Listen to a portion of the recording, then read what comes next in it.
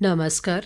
ये आकाशवाणी शिमला है। अब आप राजकुमारी चंदेल से प्रादेशिक समाचार सुनिए। प्रधानमंत्री नरेंद्र मोदी ने कहा है कि इस वर्ष का बजट निवेशकों और देश की जनता को हरित विकास की ओर बढ़ते हुए अपना भविष्य सुरक्षित करने के अनेक अवसर प्रदान करता है। उन्होंने कहा कि सरकार अर्थव्यवस्था के हरित विकास के लिए हर संभव सहायता देने को तैयार है। बजट के बाद हरित विकास पर वीडियो कॉन्फ्रेंस से वेबिनार को संबोधित करते हुए नरेंद्र मोदी ने कहा कि इस सरकार द्वारा 2014 से प्रस्तुत किया जा रहा प्रत्येक बजट मौजूदा चुनौतियों के समाधान के लिए नए समय के सुधारों को आगे ले जा रहा है। उन्होंने कहा कि ये बजट वैश्विक हरित ऊर्जा बाजार में भारत की अग्रणी भूमिका तय करने में अहम होगा।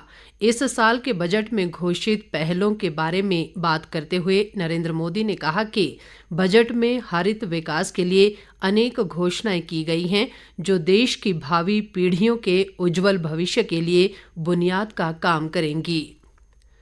पूर्व मुख्यमंत्री व नेता प्रतिपक्ष जयराम ठाकुर ने आरोप लगाया है कि कांग्रेस ने कांगड़ा जिले के साथ विकास के मामले में भेदभाव किया है, जबकि भाजपा ने यहां विकास को तरजीह दी है। शिमला से जारी एक बयान में उन्होंने स्मार्ट सिटी के तहत धर्मशाला और शिमला को मिले बजट के लिए केंद्र का आभार व्यक्त किया है।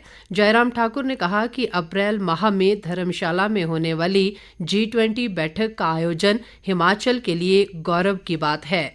उन्होंने कहा कि G20 सम्मेलन को लेकर प्रदेश भाजपा अध्यक्ष सुरेश कश्यप ने एक समिति गठित की है जो इसके आयोजन की तैयारियों को देखेगी। उन्होंने कहा कि प्रधानमंत्री नरेंद्र मोदी के नेतृत्व में देश की पहचान अंतर्राष्ट्रीय स्तर पर मजबूत हो रही है। प्रदेश कांग्रेस अध्यक्ष व सांसद प्रतिभा सिंह ने अखिल भारतीय ट्रेड यूनियन इंटक के कार्यों की सराहना करते हुए कहा है कि देश के मजदूरों की समस्याओं को हल करने की दिशा में इंटक बहुत ही महत्वपूर्ण भूमिका निभा रहा है।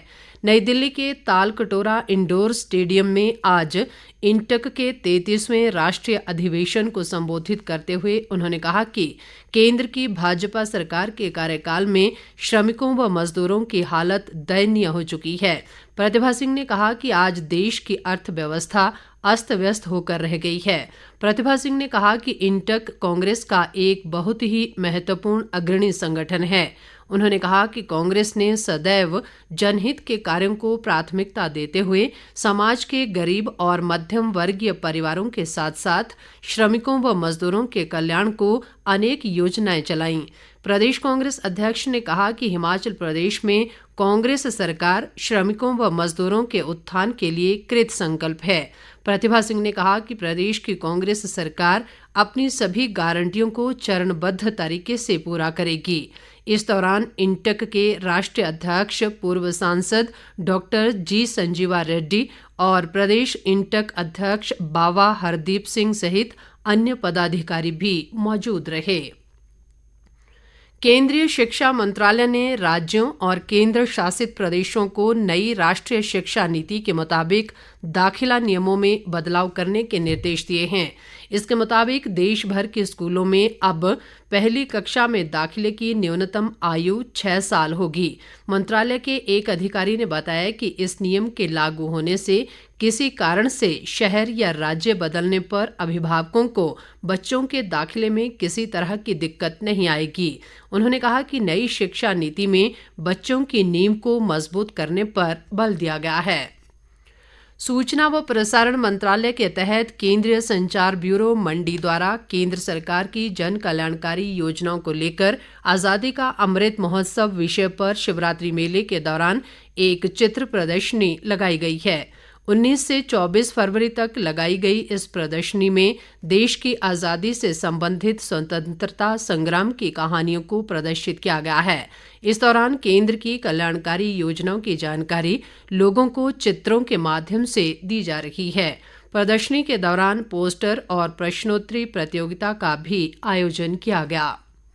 प्रधानमंत्री नरेंद्र मोदी रविवार 26 फरवरी को सुबह 11 बजे आकाशवाणी से मन की बात कार्यक्रम में देश विदेश के लोगों से अपने विचार साझा करेंगे। लोग नमो ऐप या माई गॉव ओपन फोरम पर अपने विचार साझा कर सकते हैं। इसके साथ ही ये समाचार बुलेटिन समाप्त हुआ। नमस्कार।